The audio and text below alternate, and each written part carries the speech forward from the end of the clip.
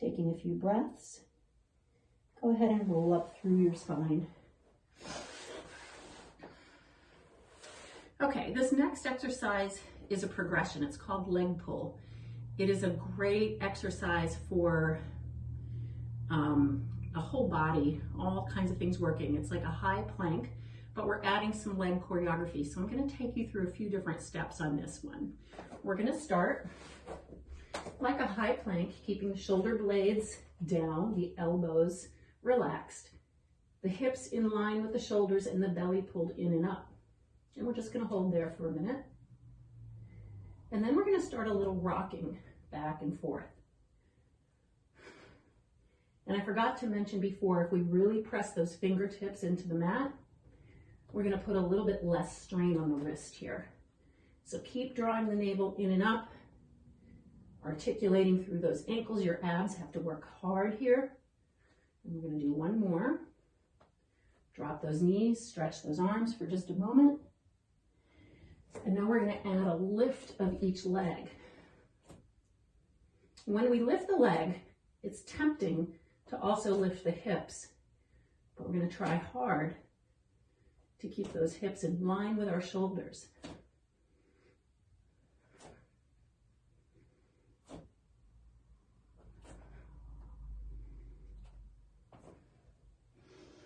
And now we're going to go for the full exercise. We lift, we rock back and point, rock forward and flex.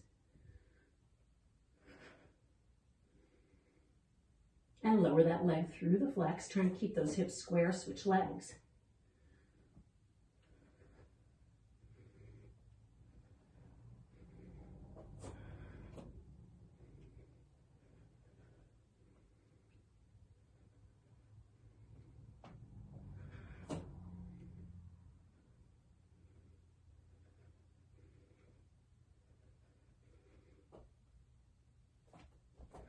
And stretch it out.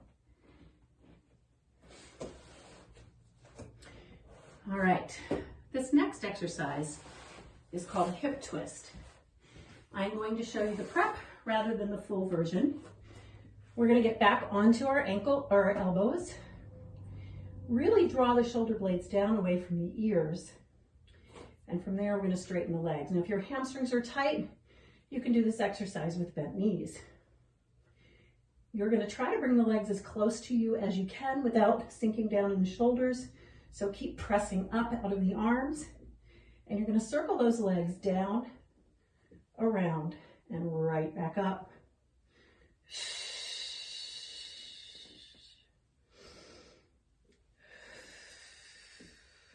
Make sure that you alternate directions with each circle that you make.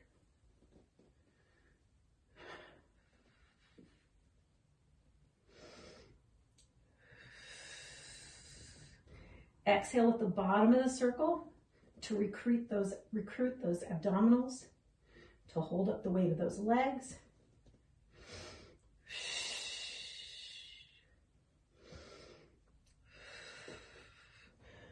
Oh, let's take another quick hip stretch.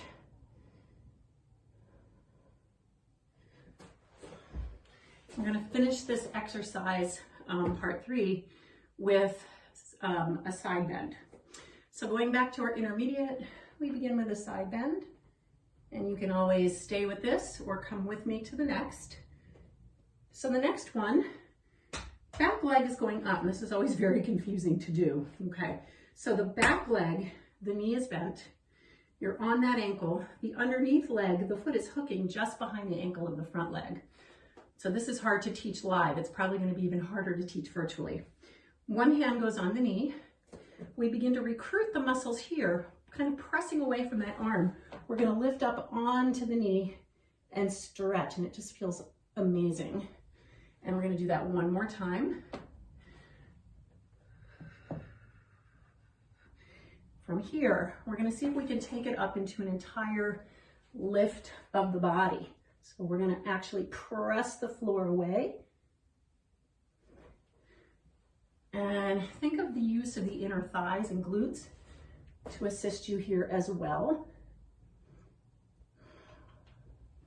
And we have one more.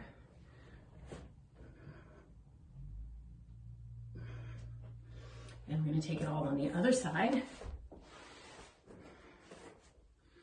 So actually, let's just let me go back to the 90-90 position to start. So that means both legs are on the mat. Sorry about that. One more like that.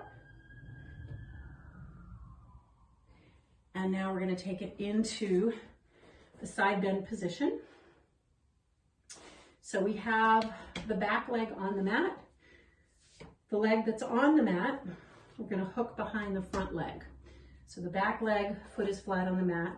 The one that you're sitting on is hooking behind the knee that's up in the air. From here, as we bend, we lift up onto the knee and we stretch through that side body.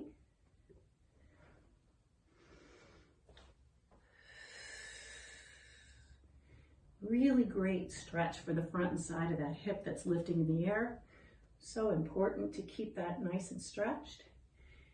And I'm a little sweaty here, so let's take it into the full side bend here. So we're lifting up, we're squeezing those inner thighs together, we're pressing that mat away, and we're bringing it down.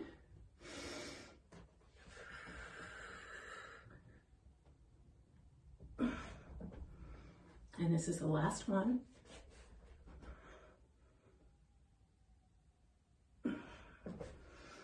Hope you enjoyed part 3 of the intermittent